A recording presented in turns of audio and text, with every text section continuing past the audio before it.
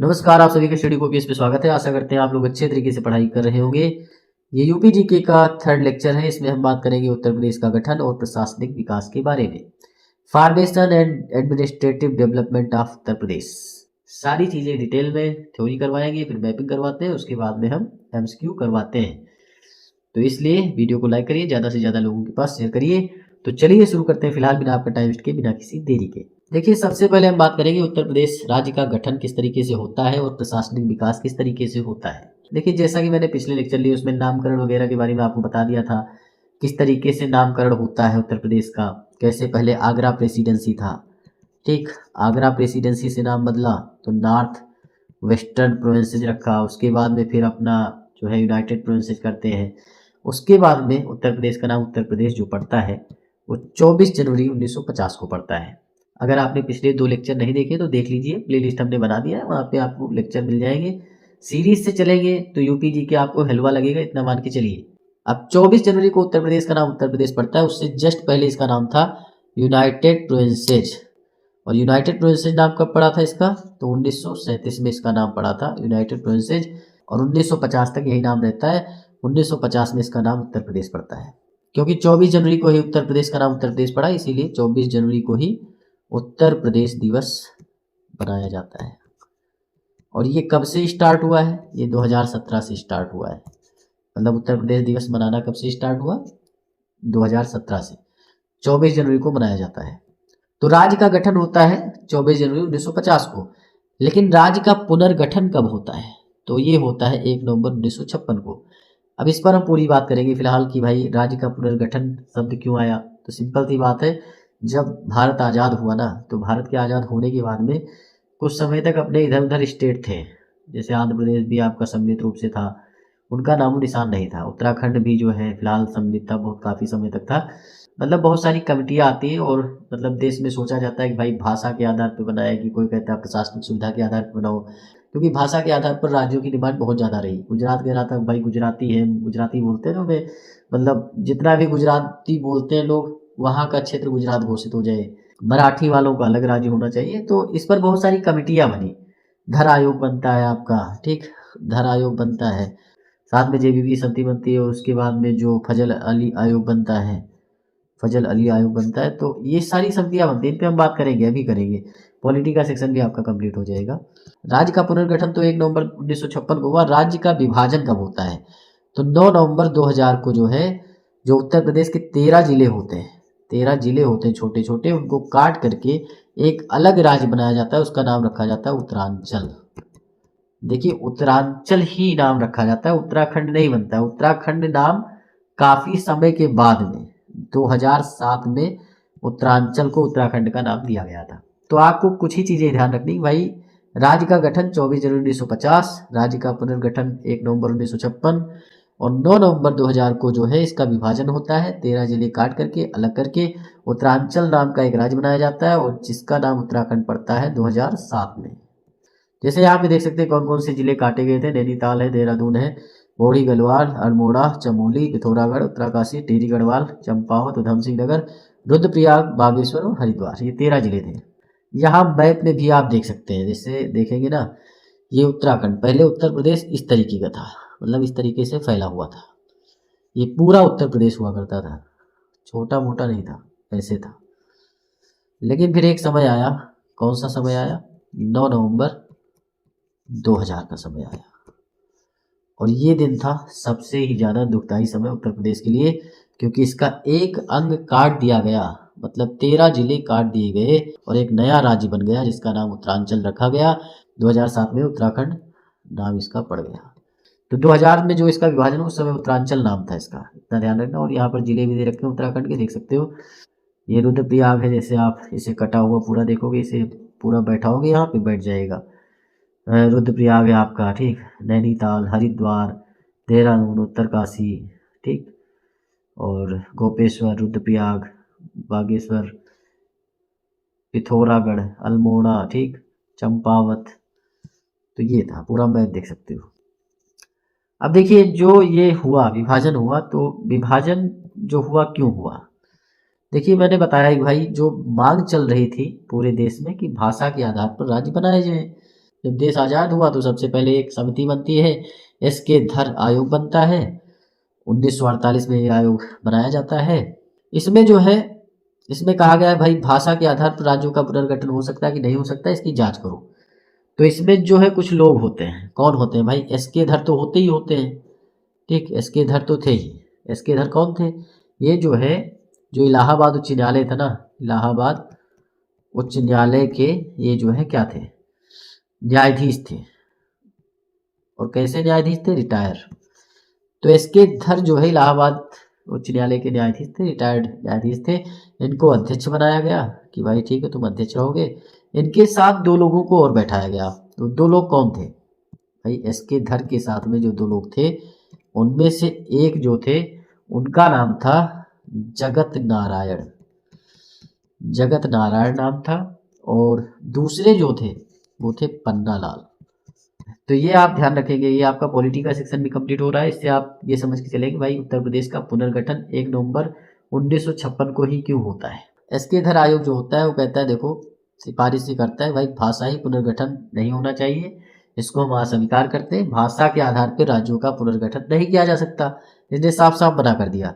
हाँ ये आप कर सकते हो कि भाई जो प्रशासनिक सुविधा है, भौगोलिक निकटता और आर्थिक व्यवहारिता को प्राथमिकता देनी चाहिए राज्यों के पुनर्गठन में। भाषाई राज्यों के गठन को ही अस्वीकार कर देता है। तो बस इतना आपको ध्यान रखना है भाई। एसके धर आयोग में कौन कौन लोग थे? तो 3 लोग थे आपके, एसके धर थे, जगत नारायण लाल थे, पन्नालाल थे। 1948 में आया और इसने जो है भाषा के आधार पर राज्यों के पुनर्गठन को अस्वीकार कर दिया। और इसने साफ साफ कह दिया प्रशासनिक सुविधा भौगोलिक निकटता के आधार पर आप राज्यों का गठन कर सकते हैं। इसके बाद में फिर कुछ समय बीता तो 1948 में फिर से जेबीपी समिति बनी। जेबीपी में 3 लोग थे आपके, जे से जवाहरलाल नेहरू थे और बी से वल्लभ भाई पटेल, ठीक, और पी से जो है पट्टाभ सीताराम भैया, ये 3 लोग थे। इन्होंने भी एसके धर आयोग की तरह क्या किया कि इन्होंने कह दिया भाषा के आधार पर राज्यों का गठन नहीं किया जा सकता। इन लोगों का कहना था कि भाई देश अखंड नहीं रहेगा, फिर बढ़ जाएगा, बहुत ही भाषा के आधार पर विरोध होगा, बहुत ही प्रदर्शन होगा, लड़ाई होगा, झगड़ा होगा, ये सब का यही सब बताया। और इन्होंने भी भाषा के आधार पर राज्यों के गठन का विरोध किया और भाषाई राज्यों की मांग को खारिज कर दिया। होता क्या है फिर 1952 में, 1952 15 दिसंबर 1952 का जो है दिन होता है। एक जो व्यक्ति होते हैं पोट्टी श्री रामुलु, ये जो है आंध्र प्रदेश के जो है एक व्यक्ति थे। इन्होंने कहा कि देखो आंध्र प्रदेश का गठन जो है वो भाषा के आधार पर होना चाहिए। अगर भाषा के आधार पर आंध्र प्रदेश का गठन नहीं होगा तो मैं जो हूँ आमरण अनशन करने जा रहा हूँ, मुझे कोई रोक नहीं पाएगा। तो पोट्टी श्री रामुलु जो होते हैं 58 दिन का उपवास करते हैं। 58 दिन का उपवास कह लो, आमरण अनशन कह लो, ठीक। आमरण अनशन में होता है खाना वाना नहीं खाते। आजकल के नेता तो बैठते हैं अपना पीछे जाते हैं पर्दे के पीछे, बस जो है अपना पिज्जा बर्गर ठूस के फिर निकल के आते हैं, फिर जो है आमरण अनशन पे बैठ जाते हैं। लेकिन उस समय जो पोट्टी श्री रामुलु थे उन्होंने सच में जो है आमरण अनशन किया और 58 दिन के बाद उनकी मृत्यु हो जाती है। ये देखते हुए जो है फजल अली आयोग जो है बनाया जाता है 1953 में। कि फजल अली आयोग को फजल अली आयोग इसीलिए कहा जाता है क्योंकि इसके अध्यक्ष यही होते हैं। इसमें 2 और सदस्य होते हैं। 2 और सदस्य कौन से होते हैं? एक आपके होते हैं के.एम. पडिक्कर और एक होते हैं आपके H.N. कुंजरू। तो के.एम. पडिक्कर होते हैं, H.N. कुंजरू होते हैं और फजल अली होते हैं। 1953 में ये आयोग बनता है। इसने सब जांच परख की क्योंकि पोट्टी श्री रामुलु जी की मृत्यु हो चुकी थी। यहाँ पे नाम भी देख सकते हो, यहाँ भी लिखा है के.एम. पडिक्कर और H.N. कुंजरू। 1955 में रिपोर्ट देते हैं और आयोग जो होता है स्वीकार करता है कि भाषा एक महत्वपूर्ण कारक है। मतलब भाषा जो है राज्यों के पुनर्गठन में एक महत्वपूर्ण कारक है, लेकिन एकमात्र आधार जो है वो भाषा को नहीं बनाया जा सकता। जो फजल अली आयोग था इसने पूरी तरीके से भाषा के आधार पर राज्यों के पुनर्गठन को अस्वीकार नहीं किया, जबकि महत्व दिया कि भाई भाषा एक आधार होना चाहिए लेकिन पूरी तरीके से नहीं होना चाहिए। इसमें भी आपका प्रशासनिक सुविधा भी देखना चाहिए, भौगोलिक निकटता भी देखनी चाहिए। तो इन्होंने भाषा के आधार पर सिफारिश की, लेकिन एक व्यक्ति एक राज्य के सिद्धांत को अस्वीकार कर दिया। तो फजल अली आयोग जो है अपनी रिपोर्ट वगैरह देते हैं और फिर जो है 1956 में राज्य पुनर्गठन आयोग बनता है और अपनी रिपोर्ट वगैरह देता है। और 1 नवंबर 1956 को उत्तर प्रदेश का गठन होता है। और इसके साथ ही ये भी बताया जाता है भाई 14 राज्य होंगे। राज्य पुनर्गठन आयोग बताता है 14 राज्य और 6 केंद्र शासित प्रदेश बनाए जाते हैं शुरू में। ये चीज़ ध्यान रखना कि भाई राज्य पुनर्गठन आयोग जो था उसके हिसाब से रीजनल लेवल पे भारत में कितने राज्य और कितने केंद्र शासित प्रदेश हुए हैं, तो 14 राज्य हुए हैं और 6 केंद्र शासित प्रदेश हुए हैं। अब देखिए उत्तर प्रदेश की भाषा कौन सी है, राजधानी क्या है और पहचान क्या है। देखिए जो उत्तर प्रदेश में 2 आधिकारिक भाषाएं हैं, मतलब राजकीय भाषा कितनी है, 2 है। पहली तो आपकी हिंदी है, दूसरी उर्दू है। हिंदी को जो है 1951 में उत्तर प्रदेश की आधिकारिक या राजकीय भाषा घोषित किया गया, तो 1951 आप ध्यान रखना। दूसरा उर्दू है, उर्दू को 1989 में दूसरी आधिकारिक भाषा बनाई गई। तो पहला तो आपका हिंदी है, 1951 में जो है ये भाषा बनती है उत्तर प्रदेश की। दूसरा उर्दू है, उर्दू 1989 में उत्तर प्रदेश की दूसरी आधिकारिक या राजकीय भाषा बनी। हिंदी को भारत की राजभाषा 14 सितंबर 1949 को संविधान द्वारा स्वीकार किया गया, इसीलिए 14 सितंबर को हिंदी दिवस भी मनाया जाता है। सिंपल सी बात है, यहाँ से आप दिवस भी अपना रिवाइज कर लेंगे। भाई हिंदी दिवस कब मनाया जाता है, तो हिंदी दिवस मनाया जाता है 14 सितंबर को। तो 14 सितंबर 1949 को संविधान सभा द्वारा हिंदी को भारत की राजभाषा स्वीकार कर लिया गया और 26 जनवरी 1950 को भारतीय संविधान लागू होने के साथ ही यह संघ की राजभाषा बन गई, जिससे अनुच्छेद 343 के तहत मान्यता मिलती है। राजधानी उत्तर प्रदेश की लखनऊ है। उत्तर प्रदेश की अगर न्यायिक राजधानी की बात करोगे या उप राजधानी कभी पूछ ले, भाई उप राजधानी कौन सी है, तो प्रयागराज है। सांस्कृतिक राजधानी वाराणसी है। क्षेत्रफल अगर देखोगे, उत्तर प्रदेश का क्षेत्रफल है 2,40,928 वर्ग किलोमीटर। भारत के कुल क्षेत्रफल का लगभग कितना है, 7.33%। मतलब जितना भी भारत का क्षेत्रफल है उसका 7.33% उत्तर प्रदेश है, इतना मान के चलिए। कुछ चीजें रट्टा मारने वाली होती है, उसे आपको रट्टा मारना ही पड़ेगा। अब क्षेत्रफल की दृष्टि से उत्तर प्रदेश से बड़े जो राज्य हैं उनमें सबसे पहले आपका राजस्थान आता है, क्योंकि राजस्थान जो है भारत का सबसे बड़ा राज्य है क्षेत्रफल के मामले में। उसके बाद दूसरे नंबर पे मध्य प्रदेश आता है, फिर तीसरे नंबर पे महाराष्ट्र आता है, चौथे नंबर पे हमारा प्यारा उत्तर प्रदेश आता है। राज्य के आकार की बात करोगे तो वर्टिकल है। वर्टिकल का मतलब क्या होता है, लंबवत है। अब देखिए 2011 में जो जनगणना हुई थी उसके हिसाब से अगर आप देखेंगे तो 19,98,12,341 लोग जो हैं उत्तर प्रदेश में निवास करते हैं। भारत की सबसे अधिक आबादी वाला राज्य जो है उत्तर प्रदेश है, सिंपल सी बात है, क्योंकि टोटल जो है 121 करोड़ के करीब जनसंख्या है जो आपकी जनगणना हुई थी 2011 में, उसके हिसाब से उसमें से 20 करोड़ के करीब जो है उत्तर प्रदेश में ही रहते हैं। अब देखिए 19,98,00,000 जो आपका है ना, इसमें कितने पुरुष हैं, 10.44 करोड़ जो है वो पुरुष हैं और 9.53 करोड़ महिलाएं हैं। अब देखिए उत्तर प्रदेश जनसंख्या के हिसाब से देखोगे कि भाई जितनी भी जनसंख्या पूरे भारत में है 121 करोड़ के करीब जो 2011 की जनगणना हुई है, तो उसमें उत्तर प्रदेश कितना है, तो 16.51% है। मतलब एरिया तो सिर्फ 7.5% के करीब है, लेकिन जनसंख्या यहाँ 17% निवास करती है पूरे भारत का। ये रेशियो आप देख सकते हैं कितना ज़्यादा है, मतलब डबल से भी ज़्यादा। कुल जनसंख्या अगर देखोगे तो इतनी है, पुरुष की है 10.44 करोड़ और महिला की है 9.53 करोड़।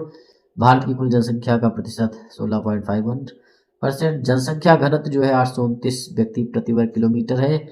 और साक्षरता की बात करें तो 67.68% आपकी साक्षरता है टोटल।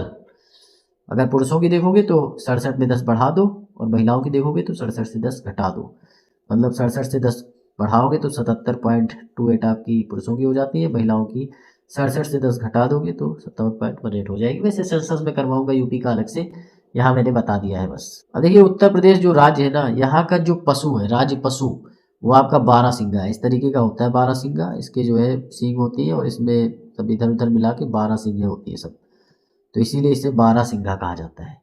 इसका जो वैज्ञानिक नाम है आपके लिए जरूरी है, क्योंकि जिस तरह के डीप क्वेश्चन पूछे जाते हैं तो इसका जो वैज्ञानिक नाम है रुसवर्स ड्यूवेसली है। ठीक, क्या है, रुसवर्स ड्यूवेसली, जो अपने 12 सींगों नोक के लिए जाना जाता है और दुधवा राष्ट्रीय उद्यान जैसे दलदली क्षेत्रों में पाया जाता है।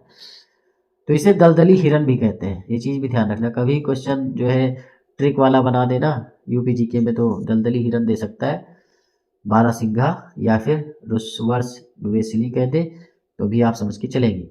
निवास इसका कहाँ पे है, तो तराई क्षेत्र और दलदली इलाकों में, खासकर दुधवा राष्ट्रीय उद्यान में पाया जाता है।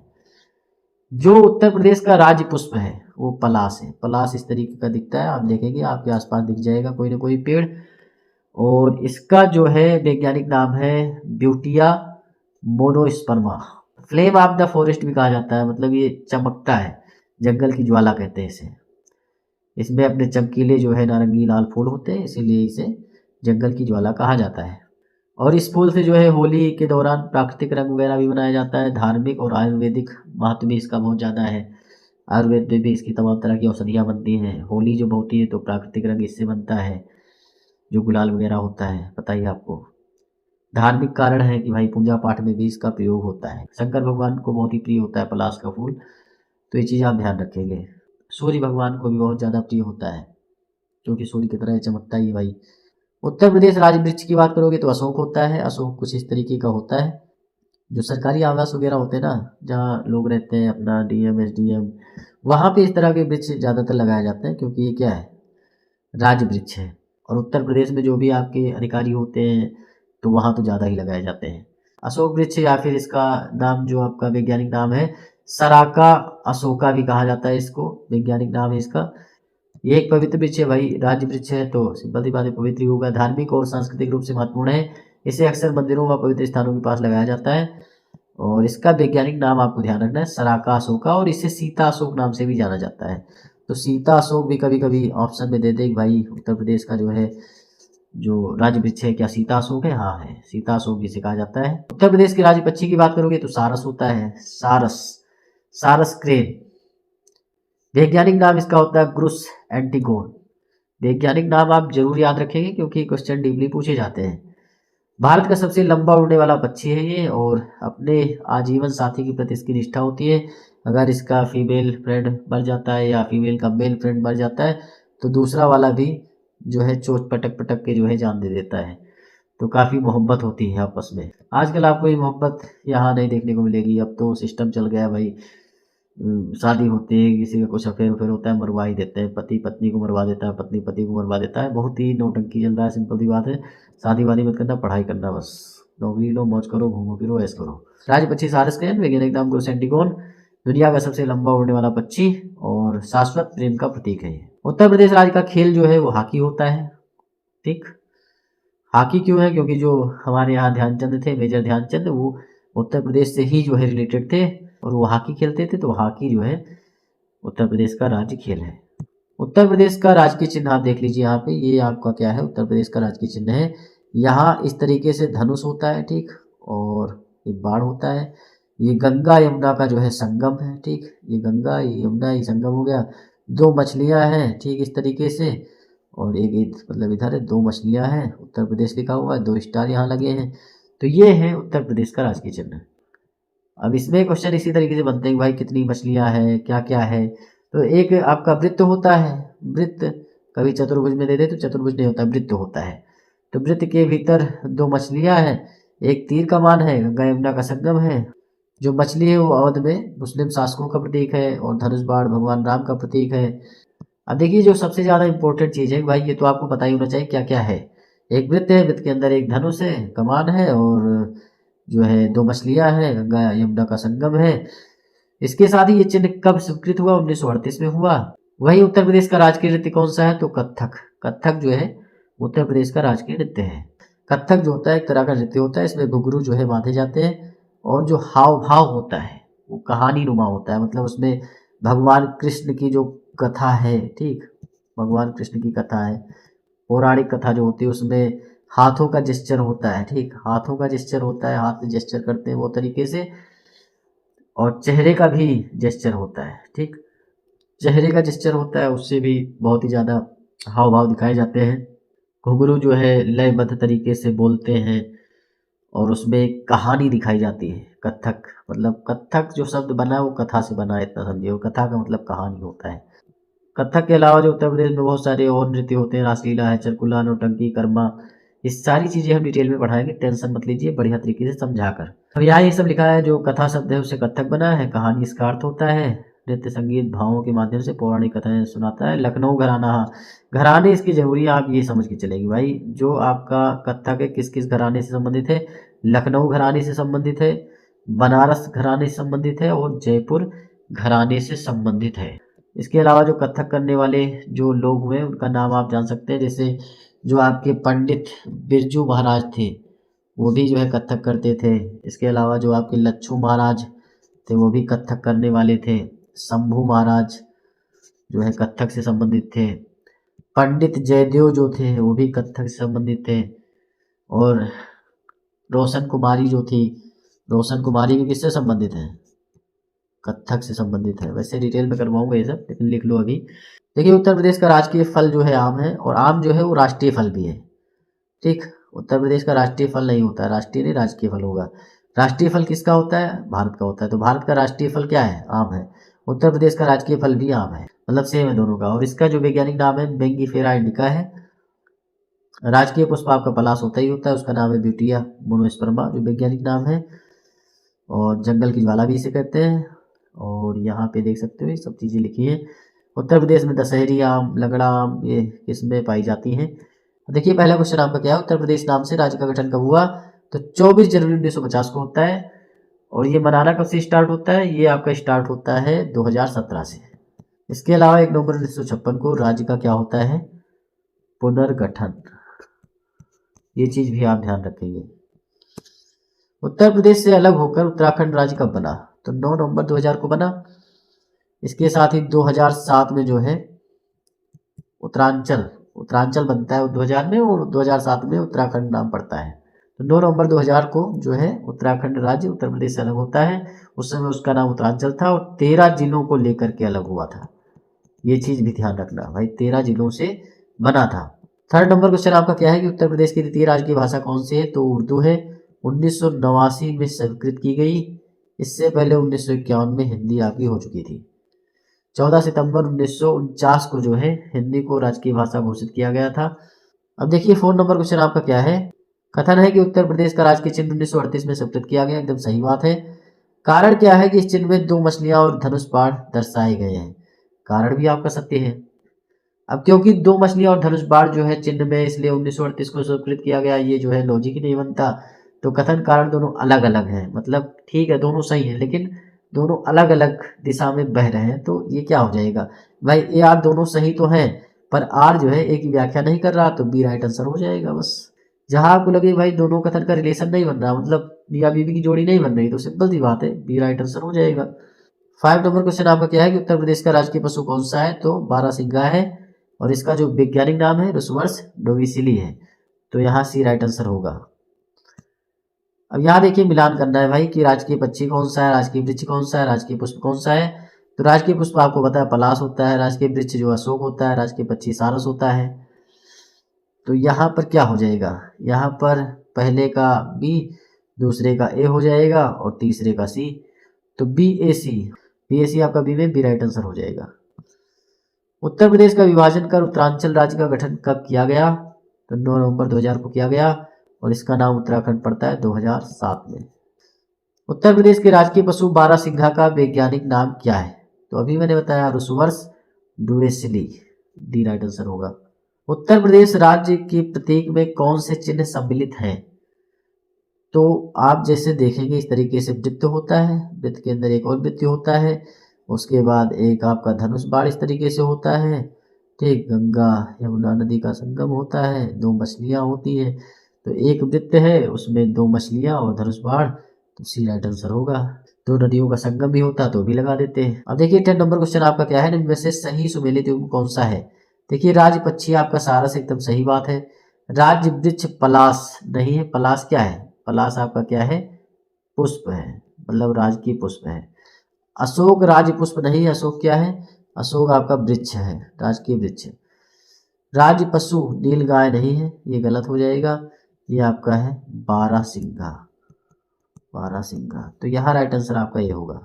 11 नंबर क्वेश्चन आपका क्या है? उत्तर प्रदेश राज्य खेल कौन सा है? तो आपका हॉकी है, क्योंकि जो हमारे यहाँ ध्यानचंद थे ना, मेरठ से थे ये जहाँ तक, तो ध्यानचंद हॉकी ही खेलते थे, हॉकी में पूरा ध्यान लगा देते थे। तो इसीलिए हॉकी जो है हमारे यहाँ का राजकीय खेल है।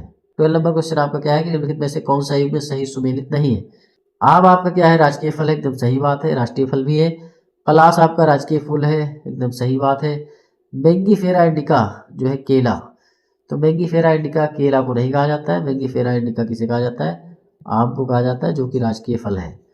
लंगड़ा जो है आम की किस्म, एकदम सही बात है। तो यहाँ पूछा कौन से सुमेलित नहीं है, तो सी सुमेलित नहीं, सी राइट आंसर होगा। 13 नंबर क्वेश्चन आपका क्या है, निम्न में से कौन सी आम की प्रसिद्धि किस उत्तर प्रदेश से संबंधित है, तो दशहरी संबंधित है, सी राइट आंसर होगा। लंगड़ा होता तो वो भी हो जाता। 14 नंबर क्वेश्चन आपका क्या है कि उत्तर प्रदेश का प्रमुख शास्त्रीय नृत्य कौन सा है, तो कथक है, लच्छू महाराज, बिरजू महाराज, रोशन देवी, पंडित जयदेव, राजा और राधा रेड्डी हो गए, और आपके शंभू महाराज हो गए, ये सभी जो है कथक से संबंधित है। जयपुर घराना, लखनऊ घराना और बनारस घराना कथक से ही संबंधित है। 15 नंबर क्वेश्चन आपका क्या है कि भाई सूची 1 है, सूची 2 है, मिलान करना है। तो उत्तर प्रदेश का जो राजकीय वृक्ष है क्या है, अशोक, एकदम सही बात है। अशोक का वैज्ञानिक नाम क्या है, सराका अशोका, ये भी सही है आपका। अशोक का अन्य नाम क्या है, सीता अशोक, एकदम सही बात है। अशोक का महत्व धार्मिक सांस्कृतिक है, ये भी सही, मतलब 1 2 3 4 हो जाएगा। ए का पहला, बी का दूसरा, डी का तीसरा और डी का चौथा, ए राइट आंसर होगा। तो ये सारी बात थी इस लेक्चर में। इसके बाद जो है मंडल वगैरह सारी चीज़ें करेंगे बाकायदा। तो चैनल को फिलहाल आप लोग सब्सक्राइब कर लीजिए, और जो भी इसकी पीडीएफ है, जो भी हमने करवाया है, वो हम टेलीग्राम पे डाल देंगे। टेलीग्राम ज्वाइन कर लो, डिस्क्रिप्शन में लिंक है। मन लगा के पढ़ाई करते रहो, चैनल को सब्सक्राइब करो, वीडियो को लाइक करो, शेयर करो। मिलते हैं नेक्स्ट वीडियो में। धन्यवाद, थैंक यू, शुक्रिया।